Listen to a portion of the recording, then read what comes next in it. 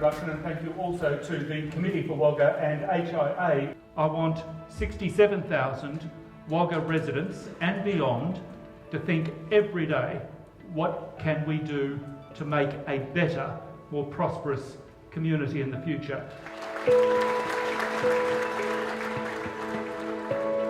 Look, I go back probably well over a decade now, and I recall going to a meeting in Wagga, and there was a guest speaker from one of the committee for cities in another state. I think it was Melbourne, if I recall correctly, and Judy Galloway was there. It was a very new concept, and once we, the inaugural group, got together and thought about it and how we were going to approach it, it was a difficult concept to sell, because most people in business, when they're investing, they want a return on that investment. But this was a more strategic approach, and very much in regards to corporate social responsibility. I was approached to apply for the job of the CEO for Committee for Wagga in pretty early 2012, and then I applied for that job and I got the job at the end of February 2012, and then immediately we went to Perth to mix with all the high-flying committee for cities everywhere, and we were a very fledgling organisations with no money and pretty much nothing. And then Judy Galloway, the chair at the time, was there with me, and we started to sort of formulate a few strategies as to what we might do and what we thought Committee for Wagga would need to do to be a worthwhile organisation in the city. We ended up, I think, with a large number of sponsors, both corporate and small business, community and also government. And together, I think we've made a real difference within the Wagga community.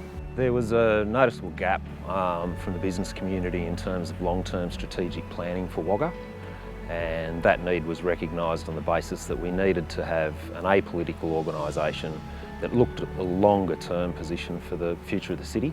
I think in devising the strategic future for Committee for Wagga Wagga, it was about how do we make this community strong, resilient, sustainable, build it for growth, but also make it a safe, culturally aware community to live in. Committee for Wagga, I think, does fill a need that wasn't there at the time. There are other associations, there are other entities, there are other groups, but there wasn't just the one single entity that focused on the entire city as a whole, and that was the very tenet of what we wanted to do from the very beginning.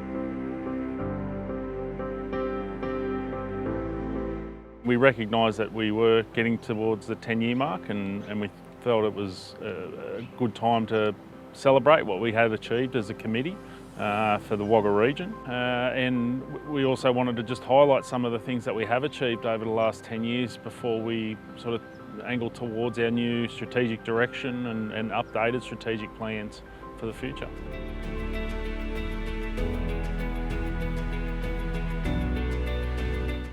It will safeguard our city. The Levy Bank, identified as our most important piece of infrastructure in the Committee for Wagga's strategic plan. We just need to make sure that the Levy Bank reconstruction is our #1 priority, and until that's constructed and complete, we can't drop off it. It is vital that during flood times and natural disaster times that the community is able to be safe, that those areas that have housing and residential in the central Wagga Wagga.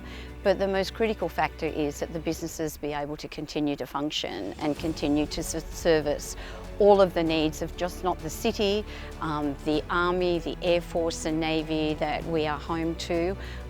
And so the Levy Bank was really a vital piece of work. We had a major flood in the city in March 2012. Up to 2,600 homes and more than 1,000 businesses will be inundated, leaving over 7,000 people uprooted. And that just rocked the city because we thought we had a Levy Bank that gave us a 1 in 100 year flood protection, but it was really only 1 in 60. So Committee for Wagga was instrumental in getting the community together, business and government, to address the need. We got to the stage where people were finding it very difficult to insure property within Wagga, and premiums were going through the roof.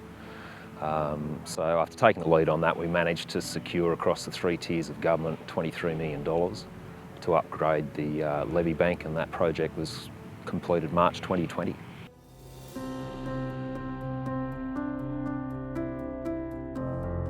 The thing that inspires me most and has inspired me most with the Committee for Wagga Wagga is their leadership programs, and they are so vital because without leaders, community leaders, your community falters and fails. If you leave it up to everybody else to have something done for your community, it's not going to bring about the sustainability and the resilience that we require. Emerging Leaders was a fantastic program that I was a part of some years ago. It was fantastic because it was quite unique to other experiences I'd had throughout my career. The reason being is there was participants from different industries, different organisations, different levels of experience. And that allowed me to learn a lot, stretch the way I was thinking about certain things, and certainly build stronger relationships right here in Wagga. It's almost that I'm a bit more, I question things a bit more. She sort of taught me that probably, to not just take things on face values. I think that when we were taken up on the top of that tower and we had to leap out that first step, which is a bit like anything, the first time you make a decision or the first time you take a leap, that you can make a decision under pressure, but that first leap, that first step is the scariest, and then once you've mastered it, your confidence comes and you can finish the task. We followed that up with a mentoring program which just gave one-on-one opportunities for emerging leaders to meet one-on-one with some of our more successful business leaders and community leaders, which was a fantastic opportunity for those participants. And then I think the other things I really got from Emerging Leaders was confidence, but also leveraging all of those sort of great experiences of others to be able to take the next steps in my career.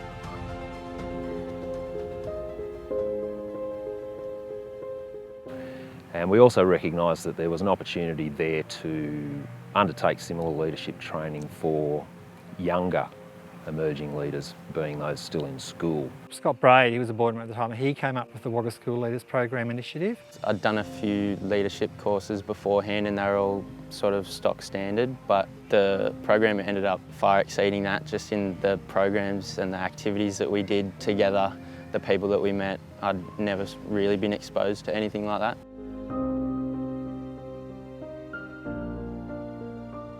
We solicited some help and we got a curriculum based around the program so that we saw it as a fair dinkum thing, not just good ideas on the day and you go out and spruik all this stuff that probably didn't connect. So we had a really good integrated and connected program put together, and then we took that to the CSU and they said they wanted to be in on that. So they gave us some initial funding and then we got some sponsors to make it happen. So getting the imprimatur of the university was a big ticket, a big result for us, and then that enabled us to get Kapuka on board, some businesses on board, get some support from the CSU lecturers, and then put our own sort of street appeal into the program to make it real.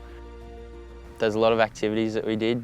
Probably the favourite one was going to the army base at Kapuka. That was pretty interesting because we were sort of pushed physically but also mentally, and it was a strong focus on teamwork. Probably one of the greatest skills that I gained was communication in a team setting, as well as communicating as a leader.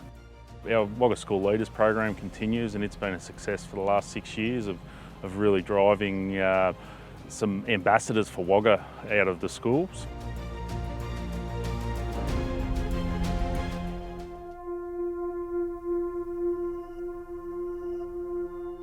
One of the best things I think we did was CCTV, which was, I remember at the time a letter was sent out by council to pretty much all the businesses in Wagga to say who's interested in getting CCTV.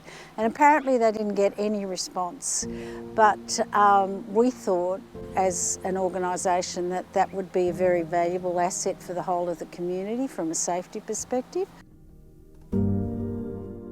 And the Jill Maher case in Melbourne was a catalyst again for us to get stuck into that project, and council they weren't really pushing it enough. So when they put $200,000 on the table, we said we'll get $200,000, and then that project ended up being a $1.2 million, and we got federal money and state money. I remember there was one school group and the kids fundraised because they thought it was really important, and they donated some money. So it was an all of community thing. The CCTV cameras in the CBD, they're vitally important to us. Obviously, you know, around licensed premises and so forth, from time to time we'll have incidents of assaults, we'll have incidents of stealing and so forth from retail premises. Our police are able to go and capture that footage when it's available, and it's a vital part of our brief of evidence that we put towards the court, because there's not much better evidence than actually seeing somebody committing an offence. Also, we have the ability here at the police station to monitor offences as they take place. So for example, if we get called down to, say, a taxi rank or something similar in the early hours of the morning, if we haven't got police on scene at the time, our officers are able to view what's actually happening live from the police station and direct our car crews to where they actually need to go.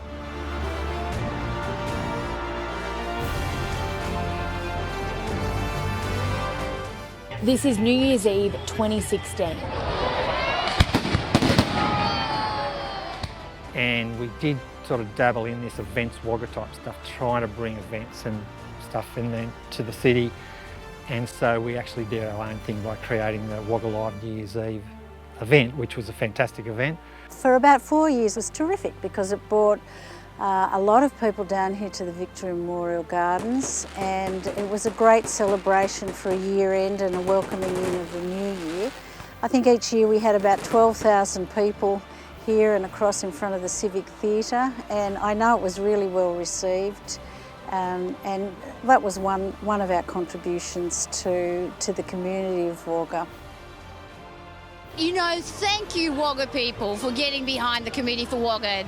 Sensational, mate. It's above our wildest dreams. I mean, we were obviously looking for 6,000 to 7,000, but to end up 10 plus is just fantastic. And the people have come and they've enjoyed it, and you know, there's still more to go. So it's a great night.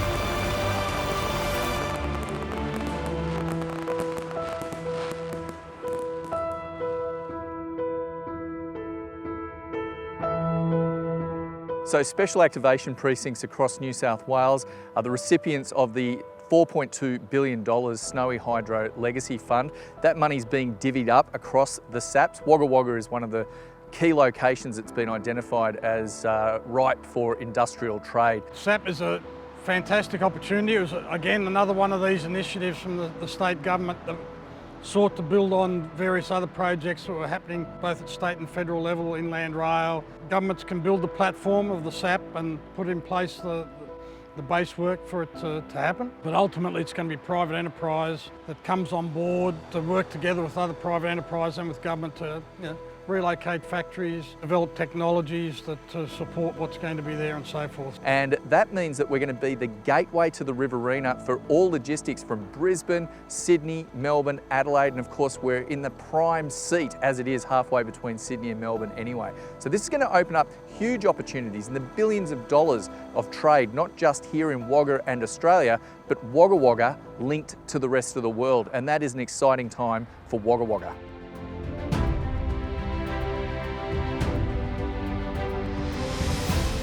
Lights Around the Lake was one of the other programs that we completed.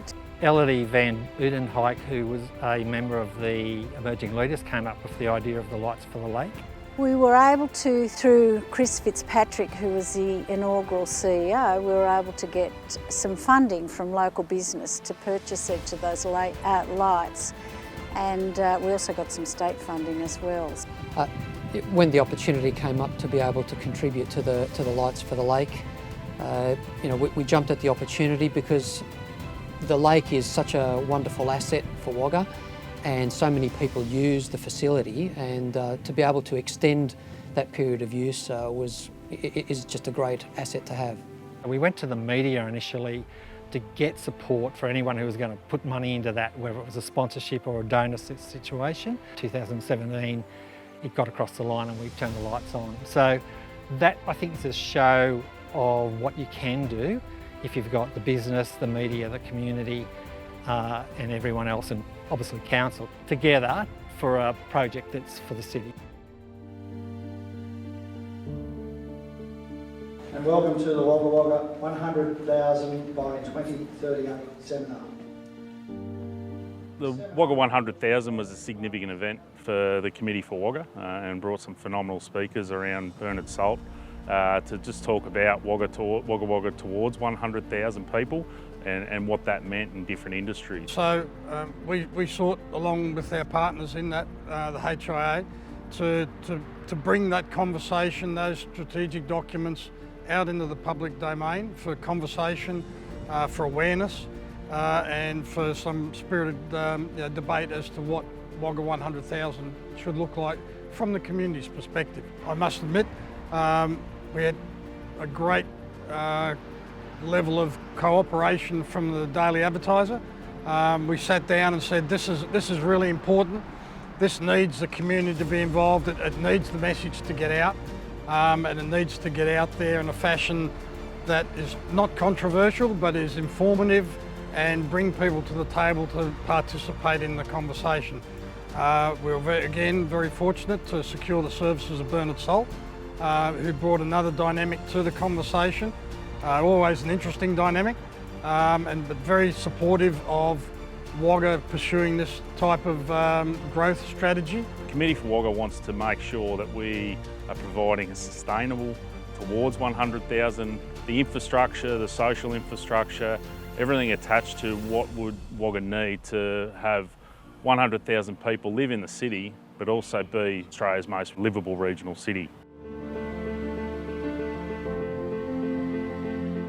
So I think we've matured a lot as a city in that the city today, when you look at the active transport trails, you look at the Riverside project, you look at the hospital that's been developed, CCTV, the levee banks, so all these things have come online because I think there's just been an appetite to get it done rather than sit back and talk about it. Most like about the Committee for Wagga Wagga is that business people are passionate, dedicated and committed to keeping their community strong. They engage and involve themselves wholeheartedly to ensure that there is opportunity for the many people who live, work and visit in this city. It's interesting when you go to other parts of New South Wales or Australia, people actually always think that good things only come from large metropolitan cities. Well, they don't. Great stuff happens here too. Wagga's growing and we see huge potential in where Wagga can be in the coming years. An organisation like Committee for Wagga is vital in helping drive that. It's really important for the business community to be heard and to work in partnership with. And us continuing our membership is just us being able to show in a very, very small way our support for what the Committee for Wagga is doing. That is the greatest thing about the Committee for Wagga, is the people that garner together in the best interests of this city. You don't see that often. We are an amazing community that is a can-do community that does it for themselves and doesn't expect that everything be delivered for them without some effort on our behalf. And we are really, the Committee for Wagga Wagga is stoking up that effort.